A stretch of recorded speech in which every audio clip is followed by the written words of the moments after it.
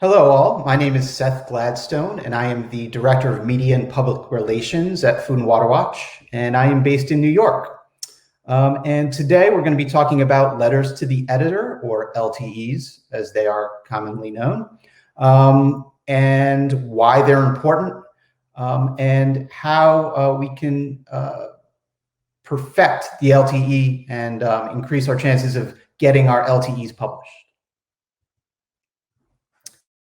Why is a letter to the editor important? I'm sure you all are familiar with LTEs and perhaps read them every day in your local newspaper. But an LTE is a letter submitted to a media outlet, typically a newspaper, by you, a member of the public. LTEs are typically comments that are responding directly to a particular story or a news segment that's been recently published by that news outlet. And LTEs are intended to express a specific viewpoint about that particular news story in question. Why are LTEs important for our work? There are a number of reasons. Media outlets gauge interest in a particular story or issue based in part by the volume and passion of reader response, or viewer response, or listener response. So one way we can show our interest in a particular story or issue that's being covered is by submitting comments and LTEs. Elected officials and community leaders, who are often our primary targets in our organizing campaigns, closely track LTEs to gauge public opinion. And traditionally, the LTE page and the opinion pages overall are often the most read section of newspapers throughout the country. And this remains true to this day. It's been historically a constant fact in newspaper business, and it remains true to this day. So LTEs are popular and they're read.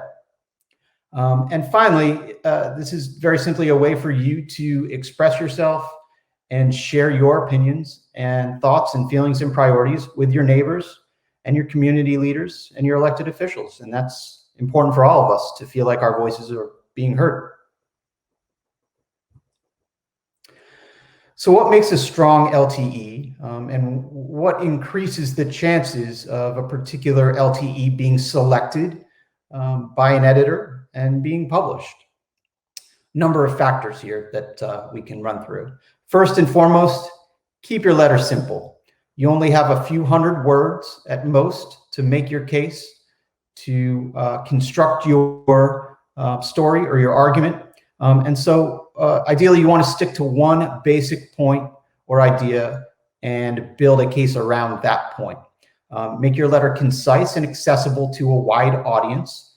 And that means avoiding complicated terms, abbreviations, jargon, or unfamiliar language that would not be accessible to a wide audience. Keep it simple. Again, focus on one key point. Don't try to make multiple arguments or express multiple complex opinions. You just don't have enough space within 150 or 200 words to say that much. So keep it simple. And if you can, present your unique angle. What makes your viewpoint or your opinion special? Do you have a particular expertise in this issue? Are you an academic with some knowledge of this particular issue? Do you work in a field that's related to this issue? Is this something that's occurring in your neighborhood or playing out in your own backyard? What is it about your opinion or your thoughts or feelings that are special with regard to this issue? If you've got that personal angle, be sure to share it. A letter should stand on its own. So what we mean by this is that when someone is reading your letter, even if they have no knowledge of the issue you're talking about, have not read the story to which you're responding, even if they've been asleep for 100 years, if they are reading your letter, they should be able to get a quick idea from reading your letter itself of what the issue is and why it's important. So for example, one way to achieve this is the opening of your letter to start out by saying something like, in the August 22nd story, Newton Water System for Sale, the virtues of corporate water control were detailed. However, so here you're clearly showing the reader that there was a story recently published about water privatization or the sale of a water system in a place called Newton. And the story that you're responding to conveyed some virtues or benefits of that potential sale. And clearly you're going to go on and refute those virtues or offer a different opinion. So you've laid that all out just in one opening sentence.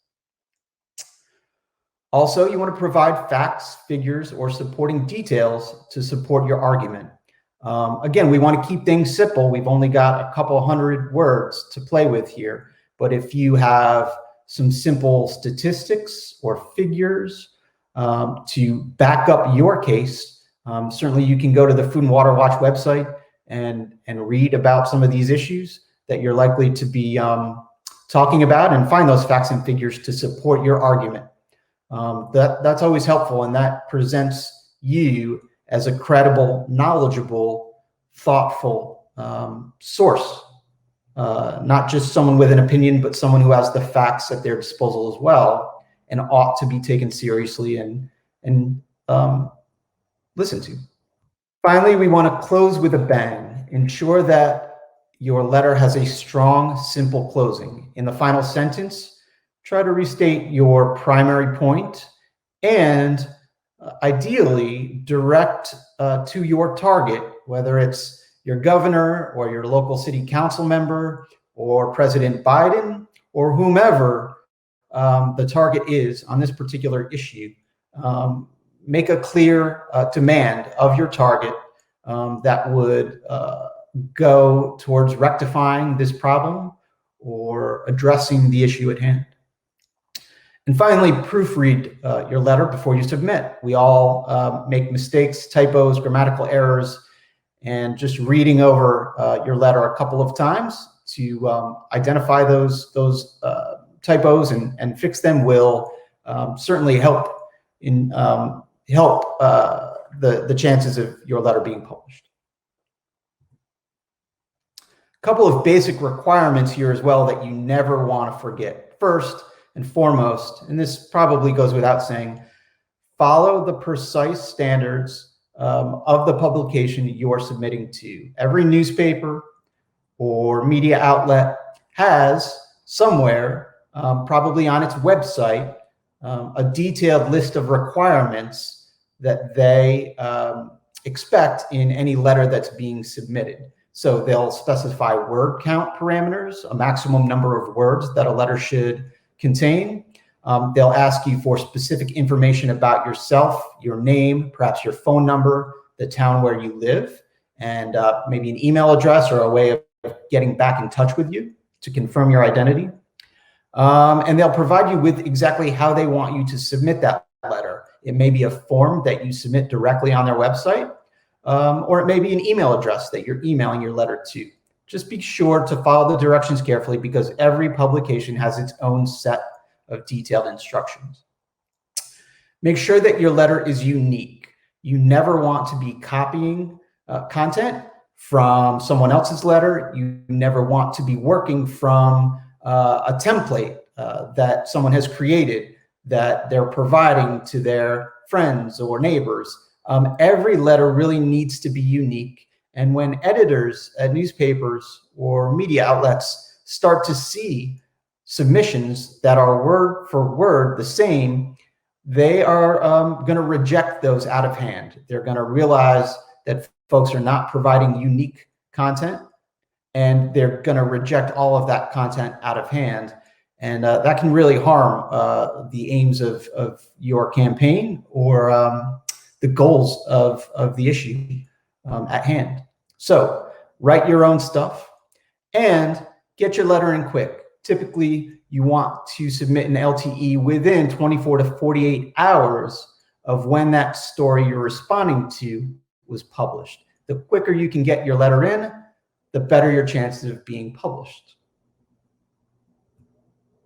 So I want to thank you all for taking the time to go through this presentation with me and hear more about LTEs, why they're important, and how to write the best LTEs possible. I want to thank you for all of your support for Food and Water Watch and for your work on our campaigns and for all that you do.